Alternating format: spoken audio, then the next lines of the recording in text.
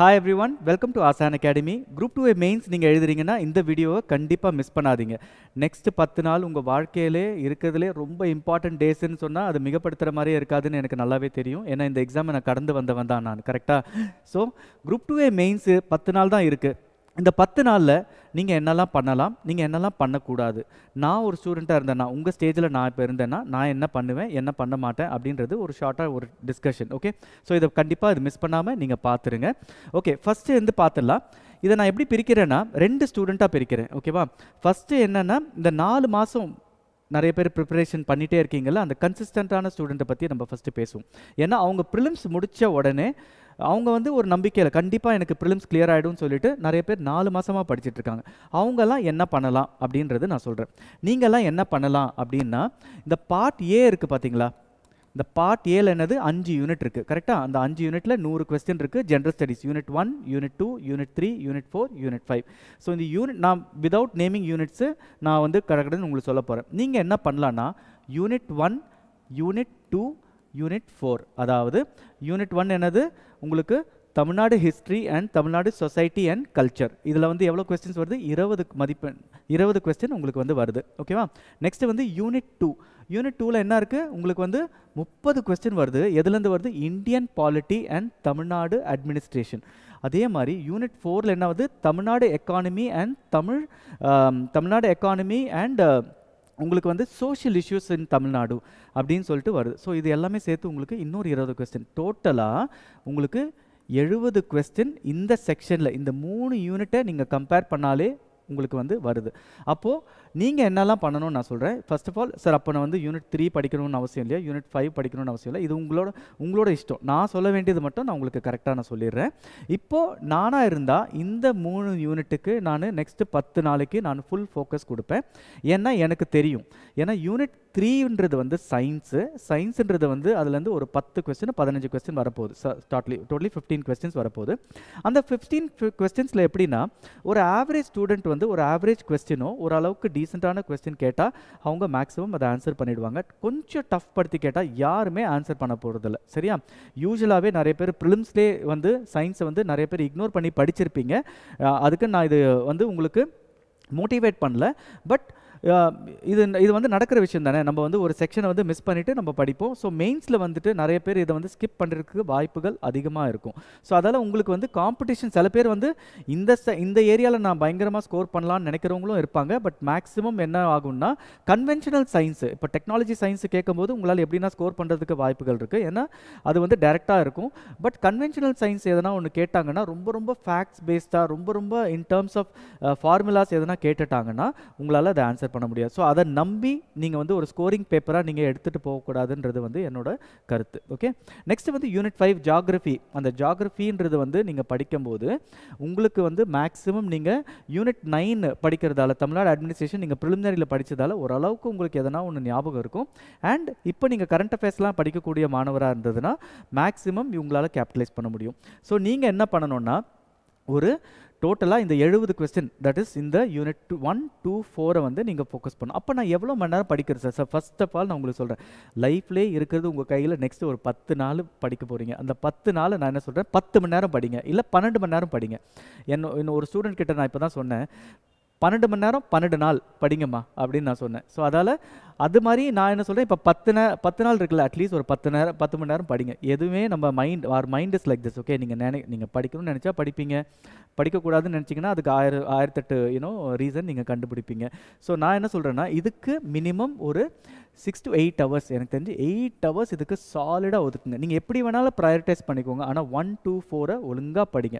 ஏன் சொல்கிறேன்னா, இந்த 2, 4 இருக்குது பார்த்தீங்களா, இங்கே வந்து மேஜர் செக்ஷன்ஸ் ஆஃப் கொஸ்டின்ஸ் வரப்போகுது. அது வரும்போது உங்களால் ஹேண்டில் பண்ணுறதுக்கு ரொம்ப டிஃபிகல்ட்டாக இருக்கும். ஓகே, ஸோ இது ஒன்று. நெக்ஸ்ட்டு பார்ட் பி இருக்குது பார்த்தீங்களா, தட் இஸ் உங்களோட இங்கிலீஷ் அண்ட் இங்கிலீஷ், தமிழோ இல்லை மேக்ஸோ. ஓகே, இப்போது இதில் மேக்ஸில் வந்து 40 கொஸ்டின் வருது. ஓகேவா? ஸோ இப்போ இந்த 40 கொஸ்டின்ஸ் நிறைய பேர் என்ன தப்பு பண்ணியிருப்பாங்கன்னா, ஓரளவுக்கு மேக்ஸ் நல்லா வரவங்களும் கன்சிஸ்டண்ட்டாக ப்ராக்டிஸ் பண்ணியிருக்க மாட்டாங்க. இப்போ நீங்கள் உங்களுக்கு தெரியும், யாரெல்லாம் ஆசான் அகாடமி ஸ்டூடெண்ட் இதை பார்க்குறீங்க, உங்களுக்கு தெரியும் டெய்லி உங்களை நாங்கள் மேக்ஸ் போட வச்சோம். கரெக்டாக? ஸோ உங்களுக்கு வந்து இந்த டிஃபிகல்ட்டிஸ் இருக்காது. பட் நிறைய ஸ்டூடெண்ட்டுக்கு வந்து இந்த டிஃபிகல்ட்டிஸ் கண்டிப்பாக இருக்கும். ஏன்னா 40 கொஸ்டின்றது வந்து அவங்களால போடுறதுக்கு ரொம்ப டிஃபிகல்ட்டான ப்ராசஸாக இருக்கும். இன்னொன்று புரிஞ்சுக்கணும், நீங்கள் ப்ரிலிமினரியில் எழுதும்போது 25 கொஸ்டின் தான் நீங்கள் போட்டீங்க. 25 கொஸ்டினுக்கு ஆனால் நீங்கள் சுமாராக ஒரு 50 நிமிஷம் டு 1 hour நிறைய பேர் எடுத்தீங்க. கரெக்டாக? 50 minutes to 1 hour அந்த 25 கொஸ்டின் போடுறதுக்கு. ஆனால் அது வந்து நிறைய வந்து ஃபார்முலா பேஸ்டே இருந்தது. ஆனால் இங்கே பார்த்தீங்கன்னா 40 கொஸ்டின் வருது. 40 வந்து லாஜிக்கல் பேஸ்ட் கொஸ்டினாக வருது. இந்த லாஜிக்கல் பேஸ்ட் கொஸ்டினாக வரும்போது சம்டைம்ஸ் என்ன ஆகும்னா, நீங்கள் கொஞ்சம் திங்க் பண்ண வேண்டியது இருக்கும். அந்த திங்க் பண்ணும்போது 40 கொஸ்டினுக்கு நீங்கள் நினச்சி பாருங்கள் எவ்வளோ மணி நேரம் நீங்கள் ஸ்பெண்ட் பண்ணணும். அப்போது இன்னொன்றும் இருக்குது, இந்த 40 கொஸ்டினுக்கு நீங்கள் எக்ஸாமில் ஒரு 1 மணி நேரம் 1.25 மணி நேரம் நீங்கள் ஸ்பெண்ட் பண்ணுறீங்கன்னு வச்சுக்கோங்களேன். இந்த ரேஷியோ பாருங்களேன், டோட்டலாக நீங்கள் வந்து 160 கொஸ்டினுக்கு நீங்கள் வந்து 1 hour and 45 minutes நீங்கள் ஸ்பெண்ட் பண்ணுவீங்க. 1 hour 15 minutes மட்டும் நீங்கள் 40 கொஸ்டின் ஸ்பெண்ட் பண்ணுவீங்க. புரியுதா? 40 கொஸ்டினுக்காக நீங்கள் உங்களோட என்ன சொல்லுவாங்க, 1/3 of the paper. Okay, 1/3 of the paper hours இருக்குது பார்த்தீங்களா, 1/3 of the time you spend on your exam நீங்கள் வந்து மேக்ஸுக்காகவே ஸ்பெண்ட் பண்ண போகிறீங்க. அப்போ நீங்கள் சரியாக ப்ராக்டிஸ் பண்ணலன்னா ஐ வில் ஸ்டில் ரெக்கமெண்ட் நீங்கள் டெய்லி 2 hours இன்னிலேருந்து அட்லீஸ்ட் மேக்ஸை டெய்லி கன்சிஸ்டண்ட்டாக போட்டு பாருங்கள். நான் 2 hours வந்து நான் சொல்கிறேன் 50 கொஸ்டின் இல்லை 100 கொஸ்டின் கிளாக் பண்ணிக்கோங்க. 100 கொஸ்டின் என்னால் 2 மணி நேரத்தில் போட முடியாது. கடன்னு எடுத்து போடுங்க. ஆர்எஸ் அகர்வால் எடுங்க, கடன்னு சால்வ் பண்ணி பாருங்கள். அப்புறம் நெக்ஸ்ட் பார்ட் பியில் வந்து கிராமர்ன்றது வந்து நீங்கள் ப்ரிலிம்ஸில் ஏற்கனவே படித்ததால் நீங்கள் என்ன பண்ணலான்னா டெய்லி ஒரு 1 hour 2 hours வந்து கொஞ்சம் ப்ரீவியஸ் இயர் கொஸ்டின்ஸும் அண்ட் இப்போ கரண்ட்டில் இருக்கிற நீங்கள் இது வரைக்கும் எழுதின எல்லா கொஸ்டின் பேப்பர் எங்கன்னா நீங்கள் படிச்சிருப்பீங்கல்ல, எழுதின எல்லா கொஸ்டின் பேப்பர் போய் ரிவைஸ் பண்ணுங்கள். கடன்னு கிராமர் ரூல்ஸ் எல்லாத்தையும் பாருங்கள். அதுவே உங்களுக்கு போதும். தமிழ் ஸ்டூடெண்ட்டாக இருந்தாலும் இங்கிலீஷ் ஸ்டூடெண்ட்டாக இருந்தாலும் இது காமன் இது. ஸோ இதுக்கு வந்து மினிமம் ஒரு 2 hours இதுக்கும் ஒதுக்குங்க. இன்னொன்று, இப்போ இந்த இது எழுதும்போது எல்லாருமே ஒரு விஷயம் கேர்ஃபுல்லாக நம்ம பார்க்கணும். எப்படி நம்ம இந்த எக்ஸாமை வந்து நம்ம எழுத போகிறோம் அதுவும் நான் உங்களுக்கு சொல்ல போகிறேன். டோட்டலாக 3 மணி நேரம் இருக்குது. நிறைய பேர் என்ன இந்த தப்பு பண்ணுறோம், எல்லாருமே சிபிடி மோட் ஆஃப் எக்ஸாமினேஷனில் ஆரம்பித்ததால் நிறைய பேர் மொபைல் மூலமாக நம்ம வந்து எக்ஸாம்ஸ் ஆரம்பித்தோம். ஏன்னா அப்படி தான் டிஎன்பிசி சொன்னாங்க. அதுக்கப்புறம் என்ன மாறிச்சு, ஓஎம்ஆர் பேட்டர்னில் மாறிச்சு. ஓஎம்ஆர் பேட்டர்னில் மாறுறதால என்ன ஆகும்னா எல்லாருக்கும் மினிமம் 15 minutes எக்ஸ்ட்ரா ஆகும் ஷேட் பண்ணுறதுக்கு டைம் ஆகுது. அப்போது நீங்கள் எப்படி இதை ஃபேஸ் பண்ணணும்? பார்ட் பிஏல வந்து கிட்டத்தட்ட எவ்வளோ கொஸ்டின்ஸ் இருக்குது உங்களுக்கு? 100 கொஸ்டின் இருக்குது. அந்த 100 கொஸ்டினை நீங்கள் எவ்வளோ மணி நேரத்தில் நீங்கள் வந்து போடணும்? மினிமம் உங்களுக்கு கொடுக்க வேண்டிய டைம் வந்து 1 hour 15 minutes. ஸோ யாரெல்லாம் வாட்ச் கட்டிட்டு போடலாம் கண்டிப்பாக வாட்ச் கட்டிட்டு போங்க. நீங்கள் எழுதும்போது 1 hour 15 minutesக்கு மேலே நீங்கள் எடுக்கவே கூடாது பார்ட் ஏக்கு. அப்புறம் பார்ட் பி, இந்த பார்ட் பியில் வந்து நம்ம பிரிக்கிறோம். ஓகேவா? தட் இஸ் மேக்ஸு அப்புறம் லாங்குவேஜ்.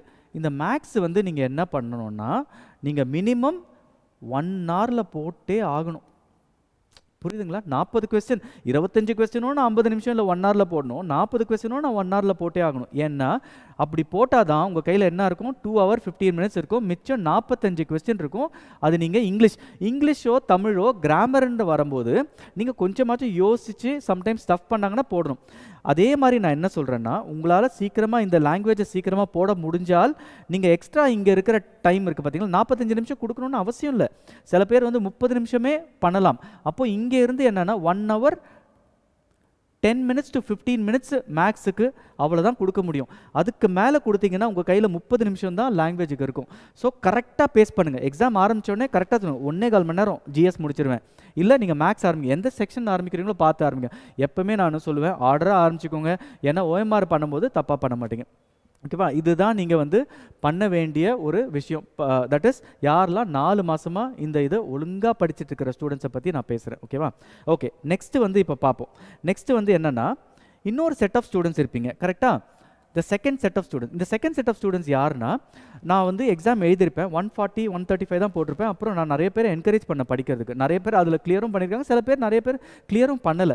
ஓகே, யாரெல்லாம் அந்த லக்குன்னே சொல்ல மாட்டேன், அவங்களுக்கு வந்து ஆண்டவன் அருள் தான் சொல்லுவேன். ஓகே, அவங்களுக்கு வந்துருச்சுன்னா இப்போ அவங்களாம் என்ன பண்ணலாம், அவங்களாம் என்ன பண்ணியிருப்பாங்க, ஒரு 2 months படிச்சிருக்கவே மாட்டாங்க. திடீர்னு வந்து அவங்களுக்கு ரிசல்ட் வந்தோடனே அவங்க கையில் இருக்கிறது ஒரு 45-60 நாள் தான். ஸோ இந்த 45-60 நாளில் அவங்க என்னெல்லாம் படிச்சிருப்பாங்க நீங்களே நினச்சி பாருங்கள். சிலபஸ் வந்து ஹியூஜாக இருந்தது. நிறைய பேர் வந்து யாரெல்லாம் குரூப் 2A மெயின்ஸ் வந்து ரொம்ப ஈஸி நினச்சாங்களோ இப்போ வந்து நிறைய பேர் திணறினாங்க இந்த எக்ஸாம் போது. அதுதான் உண்மை. ஸோ அவங்களாம் என்ன பண்ணலாம் அப்படின்னு நான் சொல்லும்போது, ஃபஸ்ட்டு அவங்க கையில் இருக்கிறது அவங்களோட இதை அவங்க நிலைமையாக புரிஞ்சுக்கணும். ஓகே, இந்த டைமில் உட்காந்து நான் ஏபியோட கம்பேர் பண்ணுவேன். இதை வந்து ஃபஸ்ட்டு விட்டுட்டு, ஓகே என் கையில் இவ்வளோ நாள் இருக்குது, 10 நாளில் நான் எப்படி இதை வந்து நான் ஒழுங்காக இதை வந்து செலவு பண்ண முடியும் அப்படின்னு நினச்சிங்கன்னா, நீங்கள் பண்ண வந்து பார்ட் ஏல நீங்கள் என்ன பண்ணணும்னா, யூனிட் 2வும் யூனிட் 4 மட்டும்தான் நீங்கள் படித்தா உங்களுக்கு சேஃப். ஏன் சொல்கிறேன்னா, இது ரெண்டும் கம்பைன், இது வந்து 30 கொஸ்டின், இது வந்து 20 கொஸ்டின், டோட்டலாக 50 கொஸ்டின். அதுக்கு மட்டுமே நான் சொல்லலை. ஏன்னா எனி ப்ரிலிம் ஸ்டூடெண்ட்டு, எந்த ப்ரிலிமினரி படித்த மாணவரும் அவங்க என்ன பண்ணியிருப்பாங்க, யூஸ்வலாகவே வந்து ஹிஸ்ட்ரியை ஒழுங்காக படிச்சிருப்பாங்க. படிக்காமல் வந்து ப்ரிலிம்ஸ் நீங்கள் யாருமே கிளியர் பண்ணியிருக்க மாட்டாங்க. ஹிஸ்ட்ரி தான் ஒரு ஃபஸ்ட்டு சப்ஜெக்டாக எடுத்து எல்லாருமே படிச்சிருப்பாங்க. அதே மாதிரி யூனிட் 8 அது தமிழ் சொசைட்டி கல்ச்சர். ஸோ அது ரெண்டுமே வந்து உங்களுக்கு ஃபஸ்ட்டு யூனிட்டில் உங்களுக்கு வந்துடுது.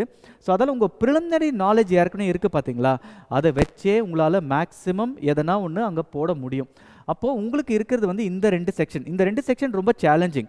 ஏன்னா இந்த யூனிட் 2ல் வந்துட்டு தமிழ்நாடு அட்மினிஸ்ட்ரேஷனில் வந்து district collector, BDO, revenue inspector இவங்கெல்லாம் வந்துட்டாங்க. இவங்கெல்லாம் வந்து டோட்டலாக ஒரு மெயின்ஸ் படித்த ஸ்டூடெண்ட்டால் மட்டும்தான் இதை ஆன்சர் பண்ண முடியும். ஸோ நீங்கள் புதுசாக இருந்தீங்கன்னா இதிலெல்லாம் கொஞ்சம் திணறுவீங்க. ஸோ அதால் நீங்கள் என்ன பண்ணணும், இந்த செக்ஷனும் யூனிட் 4 செக்ஷனும், யூனிட் 4ல் சோஷியல் இஷ்யூஸு, ஸ்கீம்ஸு, எல்லாம் லேட்டஸ்ட் வந்த ஸ்கீம்ஸு, இது எல்லாமே வந்து ரொம்ப இம்பார்ட்டண்ட்டாக இருக்கிறதால இந்த 2 செக்ஷனை நீங்கள் ஓரளவுக்கு எப்படின்னா படிச்சிட்டிங்கன்னா உங்களால் மிச்ச செக்ஷன்ஸை எதனா ஒன்று மேனேஜ் பண்ண முடியும். ஓகே, நான் சொல்கிறது என்னென்னா, சரியாகவே படிக்காத ஸ்டூடெண்ட்ஸ், ஓகே லாஸ்ட்டு 10 நாள் தான் இருக்குது, நான் எதனா ஒன்று ப்ரூவ் பண்ணணும், நான் கண்டிப்பாக எப்படின்னா பண்ணணும். நான் அந்த சரியாத படிக்காத ஸ்டூடெண்ட் வந்து நான் லாஸ்ட் 2 மாதம் படித்த ஸ்டூடெண்ட்ஸ் மட்டுமே பேசலை. நிறைய பேர் வந்து டைமும் வேஸ்ட் பண்ணியிருப்பீங்க. கரெக்டாக இந்த 2 மாதத்தில் கிடைக்காது, திடீர்னு ஒரு ஞானம் உதயம் வந்திருக்கும், நான் படிக்கணும், இல்லை அவங்களுக்கு எதனா ஒரு டிஸ்டர்பன்ஸ் வந்திருக்கும், ஜெனுவனான இஷ்யூஸ் எதனா வந்திருக்கும், ஹெல்த் இஷ்யூஸ் வந்திருக்கும். அவங்களாம் நான் என்ன சொல்கிறேன்னா, நீங்கள் அட்லீஸ்ட் இதை படிச்சுட்டு போங்க. இதை படிச்சுட்டு போனால் கூட உங்களோட ப்ரிலிமினரி நாலேஜ் மிச்சம் எல்லாமே உங்களுக்கு ஓரளவுக்கு அட்லீஸ்ட் உங்களோட ஐக்யூ உங்களை வந்து கண்டிப்பாக ஹெல்ப் பண்ணும், கைவிடாது. ஏன்னா யூனிட் 9 வந்து அங்கே ஜாகிரபி, யூனிட் 5ல் கண்டிப்பாக உங்களுக்கு அந்த யூனிட் 9ம் யூனிட் 5 இங்கே வந்து உங்களுக்கு கொஞ்சமாச்சும் மேட்ச் பண்ணிடும். அப்போ நீங்கள் என்னெல்லாம் பண்ணலாம், நீங்கள் அதே 10-12 மணி நேரம் படிங்க, இதை வந்து 2 செக்ஷனை நல்லா படிங்க. ஆனால் நீங்கள் பண்ண வேண்டிய இது நான் என்ன சொல்கிறேன், மேக்ஸிமம் உங்களோட கவரேஜ் வந்து நீங்கள் என்ன படிக்கணும், பார்ட் பியில் வந்துட்டு நிறைய ஃபோக்கஸ் பண்ணுங்கள். ஏன்னா உங்களால் வந்து ஜிஎஸ் வந்து ஏற்கனவே ரொம்ப மாதம் படித்தவங்க கூட உங்களால் இணையாக ரொம்ப கம்ப்ளீட் பண்ண முடியாது. ஆனால் இந்த பேப்பர் வந்து நீங்கள் ஈஸியாக கவர் பண்ணக்கூடிய ஒரு பேப்பர். நெக்ஸ்ட்டு 10 நாள் உங்களால் ஈஸியாக கவர் பண்ண முடியும். ஆனால் நெக்ஸ்ட்டு 10 நாளில் உங்களால் இந்த செக்ஷனை பார்ட்டை கவர் பண்ணவே முடியாது. அப்போ நீங்கள் மேக் ஷுர் லாங்குவேஜில் எனக்கு 100 கொஸ்டின் வருதா, டோட்டலாக லாங்குவேஜ் ப்ளஸ் இந்த பார்ட் பியில் 100 கொஸ்டின் வருதா, நான் வந்து கம்ப்ளீட்டாக அடிப்பேன். அப்போ நீங்கள் என்ன பண்ணலாம், நீங்கள் 2 மணி நேரம் இடத்துல இருக்கிறது வந்து மேக்ஸை இன்னும் நிறையா போடலாம். ஏன்னா நான் இந்த தடவை சொல்கிறேன், மேக்ஸ் தான் டிசைடிங் பேப்பர், சரியா, மேக்ஸ் தான் டிசைடிங் பேப்பர் ஆக போகுது. ஸோ இப்போ நீங்கள் வந்து யாரெல்லாம் 40 கொஸ்டின் நீங்கள் போடுறாங்களோ நீங்கள் நினச்சி பாருங்கள், அவங்க வந்து ப்ரெஷர் மூமெண்ட்டில் 25 to 30 கொஸ்டின் தாண்ட மாட்டாங்க. அவங்களால தாண்டவே போகிறதில்ல. ஏன்னா ப்ரெஷராக இருக்கும். அந்த டைமில் உட்காந்து யோசிச்சு கடன்னு போடணும். ஒரு குரூப் 1 எழுதுகிற பசங்களுக்கு நல்லாவே தெரியும். முன்னெல்லாம் 50 கொஸ்டின் மேக்ஸில் இருந்தது, கன்வென்ஷனல் மேக்ஸ் இருந்தது, அதுலேயே 40 போடுறதுக்கு திணறுவாங்க. ஓகே, இங்கே வந்து 40 கொஸ்டின் யோசிக்க வேண்டிய கொஸ்டின்ஸு. அப்போது நீங்கள் வந்து 60 நான் என்ன சொன்னேன் உங்கள்கிட்ட, 1 மணி நேரம் அவ்வளோதான் செலவழிக்கணும் அப்படின்னு நீங்கள் நினச்சிங்கன்னா ஒரு கொஸ்டினுக்கு 1.5 minutes தான் நீங்கள் ஸ்பெண்ட் பண்ணணும். 1.5 minutes ஸ்பெண்ட் பண்ணால் மட்டுமே உங்களால் 60 நிமிஷம் இல்லை 60 நிமிஷத்துக்கு மேலே ஒரு 10 நிமிஷம் எக்ஸ்ட்ரா உங்களால் பண்ண முடியும். ஸோ நீங்கள் என்ன பண்ணணும், செகண்ட் செக்ஷன் ஸ்டூடெண்ட்ஸ் என்ன பண்ணணும், நீங்கள் யூனிட் 2 யூனிட் 4 நல்லா படிங்க, பார்ட் பியை வந்து பக்கா தரவு பண்ணுங்கள். அவங்கள போய் அந்த ஏற்கனவே ரொம்ப ஓல்டு ஸ்டூடெண்ட்ஸ்லாம் இருக்காங்களா அவங்களெல்லாம் நீங்கள் வந்து சரி சமமாக உங்களால் கம்ப்ளீட் பண்ண முடியும். இதுக்குன்னு வந்து நான் வந்து எல்லாத்தையும் இக்னோர் பண்ணுங்கன்னு சொல்லலை. உங்களால் வந்து ரெண்டுத்தையும் எல்லாமே நெக்ஸ்ட் 5 யூனிட்டை என்னால் படிக்க முடியும், நீங்கள் என்ன பெருசாக அட்வைஸ் பண்ணுறீங்க அப்படின்னு நினச்சா கூட அது ஓகே. என்னோட எக்ஸ்பீரியன்ஸில் சொல்கிறேன். ஏன்னா 10 நாள் உங்களால் என்ன பெருசாக படிச்சிட முடியும் உங்களால். ஆனால் படித்ததை நீங்கள் வந்து நிறைய ரீகலெக்ட் பண்ணிவிட்டு புதுசாக எதனா படிக்க வேண்டிய செக்ஷன்ஸ் இருந்ததுன்னா இந்த செக்ஷனில் ஃபோக்கஸ் பண்ணுங்கள். மேக்ஸிமம் உங்களுக்கு வந்து கைவிடாது இந்த செக்ஷனில். Okay, so that is most important. Okay, இது வந்து 2 பேருக்கும் ஒரு சொல்லிட்டேன். இன்னொன்று ஒரு காமன் என்னெல்லாம் பண்ணணும், ஓகேவா, அப்புறம் என்னெல்லாம் பண்ணக்கூடாது அப்படின்றது உங்களுக்கு சொல்லிடுறேன். சார், காமனான விஷயம் என்னெல்லாம் பண்ணணும். டைம் இருந்தால் நீங்கள் என்னெல்லாம் பண்ணணும் அப்படின்னு நான் சொல்லுன்னா, ஃபர்ஸ்ட் ஆஃப் ஆல் நீங்கள் பண்ண வேண்டியது ரீசெண்டாக வந்த எல்லா ஸ்கீம்ஸ், தமிழ்நாடு ரிலேட்டட் எல்லா ஸ்கீம்ஸும் நீங்கள் படிச்சிங்கன்னா ரொம்ப சேஃபாக இருப்பீங்க. ஓகே, தமிழ்நாடு ரிலேட்டட் எல்லா ஸ்கீம்ஸும் படிச்சிங்கன்னா ரொம்ப சேஃபாக இருப்பீங்க. அப்புறம் எல்லா பாலிசி டாக்குமெண்ட்ஸு, ஓகேவா, Tamil Nadu related policy document, especially revenue department, okay, ID policy department, ஏன்னா இ கவர்னன்ஸ் வருது. அப்புறம் உங்களுக்கு இந்த செக்ஷன்ஸ்லாம் இண்டஸ்ட்ரி, ரூரல் டெவலப்மெண்ட்டு, அப்புறம் ஹெல்த்லாம் வந்து கிட்டத்தட்ட 600 பேஜ் இருக்குது. நீங்கள் எங்கேருந்து படிக்க போகிறீங்கன்னு தெரில. பட் மேக்ஸிமம் நீங்கள் பாலிசி டாக்குமெண்ட் அட்லீஸ்ட் ஒரு தடவை நீங்கள் பார்த்துட்டீங்கன்னா கொஞ்சம் சேஃபாக இருப்பீங்க. அப்புறம் ப்ரீவியஸ் இயர் கொஸ்டின் இருக்குது பார்த்தீங்களா, polity related PYQ, polity related previous year கொஸ்டின்ஸை உங்களால் பார்க்க முடிஞ்சால் பாருங்கள். ஓகேவா? ஸோ இதெல்லாம் என்னால் பண்ண முடியல சார் அப்படின்னா இட்ஸ் ஓகே, எதெல்லாம் பண்ண முடியுதோ அதை பண்ணுங்கள். நெக்ஸ்ட்டு வந்து பார்த்தீங்கன்னா இது பாலிட்டி ரிலேட்டட் படிச்சிட்டிங்களா, அப்போ நெக்ஸ்ட் என்ன வேறு என்ன பிஒய்க்யூ பண்ண முடியும்னா யூனிட் 8 இது வரைக்கும் வந்த ப்ரீவியஸ் இயர் கொஸ்டின்ஸ் எல்லாத்தையும் நீங்கள் பாருங்கள். ஓகே, ஸோ ஏன்னா நீங்கள் மேக்ஸிமம் இதிலெல்லாம் நீங்கள் அடிச்சிடலாம். ஓகேவா? இதெல்லாம் வந்துட்டு டேரெக்டாக கண்டிப்பாக ரிப்பீட்ஸ் வரும். ஓகே, அட்மினிஸ்ட்ரேஷன் ரிலேட்டட் எதனா கொஸ்டின்ஸ் வந்தால் உங்களுக்கு கண்டிப்பாக ரிப்பீட்ஸ் வரதுக்கு வாய்ப்பு இருக்குது. அதே மாதிரி யாரெல்லாம் வந்து மேக்ஸில் ரொம்ப வீக்காக இருக்கீங்களோ மினிமம் எனக்கு தெரிஞ்சு இன்னிலேருந்து ஒரு 100 கொஸ்டின் கூட போட்டுருங்க. ஏன்னா நீங்கள் கண்டிப்பாக உங்களுக்கு மேக்ஸில் வரலன்னா நீங்கள் சர்வீஸ் வாங்க போகிறதுக்கு வாய்ப்பே இல்லை. ஸோ அதால் வந்துட்டு 100 கொஸ்டின் கூட போடுங்க. மேக்ஸில் நல்லா பண்ணுறவங்க கூட நான் என்ன சொல்கிறேன், மினிமம் 40 கொஸ்டின் போட்டுருங்க. சரியா? ஓகே, இது வந்து டு டூ எல்லாத்தையும் பேசாச்சு. இப்போது நாட் டு டூ, என்னெல்லாம் நான் பண்ணக்கூடாது, எதெல்லாம் நான் பண்ணக்கூடாது. ஃபர்ஸ்ட் ஆஃப் ஆல் நான் ஒன்று சொல்கிறேன். ஓகேவா? ஃபர்ஸ்ட் திங், பேனிக் ஆகாதீங்க. ஓகேவா? ஃபர்ஸ்ட் திங் என்ன சொல்கிறேன், பேனிக் ஆகாதீங்க. 10 நாள் தான் இருக்குது, நான் என்ன பண்ண போகிறேன், என்ன இது பண்ண போகிறேன், நான் படிப்பேனா, என்னால் வந்து இது முடியுமா, இதெல்லாம் வந்து நினைக்காதீங்க. இந்த பேனிக் மோடுன்றது வந்து எப்போவுமே நம்ம ஒரு ரேஸ் ஓடுறதா இருந்தாலும் எல்லாத்துலேயும் இது இருக்கும். பட் யூஸ்வலாக இந்த பேனிக் மோடு யாருக்கு இருக்கும்னா வெரி அன்ப்ரிப்பேர்ட் கேண்டிடேட்ஸ்க்கும் இருக்கும். அண்ட் சில பேர் வந்து யூஸ்வலாகவே நர்வஸ் கேண்டிடேட்ஸ்லாம் நிறைய பேர் இருப்பாங்கல்ல, நல்லா படித்தா கூட அவங்களுக்கு அந்த கான்ஃபிடென்ஸே வராது. ஆனால் நான் ஒன்று சொல்கிறேன், எப்போவுமே ஒரு பதட்டத்தில் ஒரு எக்ஸாமை நீங்கள் பண்ணிங்கன்னா 5 மார்க்கு கம்மியாக தான் போடுவீங்க. ஓகே, 5 மார்க்கு கம்மியாக தான் போட போகிறீங்க. ஸோ அதால் வந்து பேனிக் ஆகிறத ஃபஸ்ட்டு நிறுத்துங்க.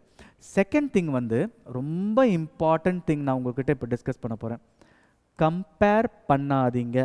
ஓகே, உங்கள் ஃப்ரெண்டு வந்து ஏ அகாடமியில் படிச்சிருப்பாங்க, பி அகாடமியில் படிச்சிருப்பாங்க, இல்லை எங்கன்னா இருப்பாங்க, இல்லை எங்கன்னா ஒரு விஷயத்தை ஃபாலோ பண்ணிட்டு இருப்பாங்க, அவங்க படிப்பாங்க, மேபி நல்ல மார்க்ஸ் வாங்கியிருக்கலாம், எது வேணாலும் இருந்திருக்கலாம்.